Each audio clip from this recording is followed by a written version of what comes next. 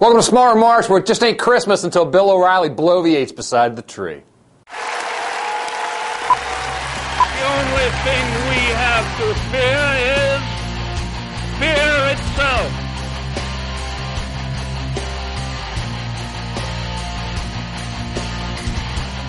So here we are, middle of December. Whatever happened to the war on Christmas? You know, normally by this time, O'Reilly's in full meltdown mode. The American Family Association's unleashed the full jihad on some hapless retailer. And it's all over the headlines, except that this year it isn't. Other concerns are dominating the headlines. The war on Christmas seems to have disappeared, and maybe it makes you think that it was all a bunch of bunk in the first place. But it certainly seeped into our cultural consciousness, and so I wasn't surprised. I was on the campus of a local university, Millersville University, a few weeks back, heard a couple students talking about the war on Christmas. A young woman says that what really makes her mad is when stores aren't allowed to say Merry Christmas, they have to say Happy Holidays, how terrible that is. And the man says, well, Happy Holidays doesn't bother him. It's just when people tell him that he's not allowed to say Merry Christmas that he gets upset. And I thought, who's ever told you that you're not allowed to say Merry Christmas?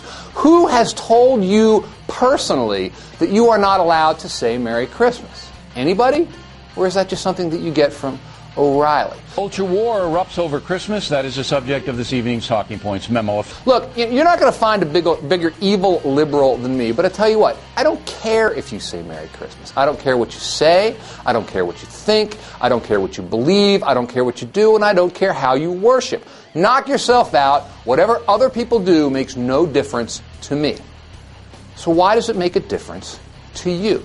Look, if some retailer decides that, sure, he's got a lot of Christian customers, but he also has some Jewish customers, and he might have some Muslim customers, maybe even a few atheist customers, and just to cover all his bases, he's going to say Happy Holidays instead of Merry Christmas. How is that any skin off your nose whatsoever?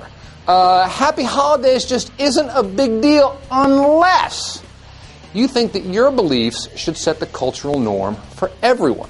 Cultural hegemony. Sure, other people are allowed to believe what they want, but publicly they must kowtow to my beliefs. I will set the cultural standard, and if that's not the case, outrage! And all of this is of a piece with Lou Dobbs' nativism, with the birthers, with the whole Tea Party movement. Really, it's people who have long held a dominant place in society worried that that dominant position is eroding, which it is. But the fact that we haven't heard as much about the war on Christmas from the usual suspects this year suggests to me that maybe even they have accepted this.